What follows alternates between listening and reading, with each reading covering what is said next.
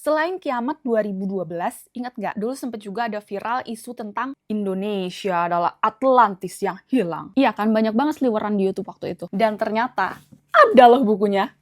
Jangan ketawa-tawa dulu kalian. Buku ini pertama kali dirilis tahun 2005 dan ini versi terjemahan bahasa Indonesianya. Penulisnya Profesor Arisio Santos PhD, seorang ahli geologis dan fisikiawan nuklir. Beliau menulis buku ini berangkat dari rasa penasarannya terhadap peradaban hilang yang dikisahkan oleh Plato. Ini beneran ada atau enggak nih? Dan kalau ada, di mana lokasinya? Buku ini tentu saja mengundang perdebatan para ahli geologi dan arkeolog. Ada yang pro, ada yang kontra. Karena menurut yang kontra ini sebuah benua nggak mungkin bisa hilang. Dan cerita dari 2,5 ribu tahun yang lalu bisa aja cuman karangan doang. Orang zaman dulu yang berandai-andai ada sebuah peradaban di suatu tempat yang ideal, yang seperti surga. Jadi memang belum teruji kebenarannya, belum ada bukti-bukti konkretnya. Status peradaban Atlantis ini masih disepakati sebagai peradaban fiksi. Kayak di kita itu kan ada mitos tentang kota Saranjana.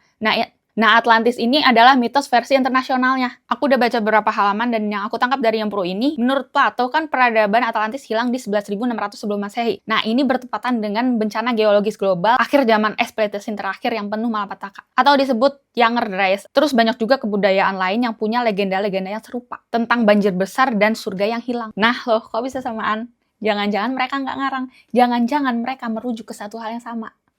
Dan bukti-bukti lainnya yang akan dijabarkan di buku ini. Berangkat dari situlah, Santos memilih kandidat lokasi Atlantis yang salah satu kriterianya harus wilayah rawan gempa, Indonesia. Berada di cincin api Pasifik, memiliki ratusan gunung berapi aktif dan nonaktif karena letaknya yang di batas 3 lempeng benua yang saling bertemu.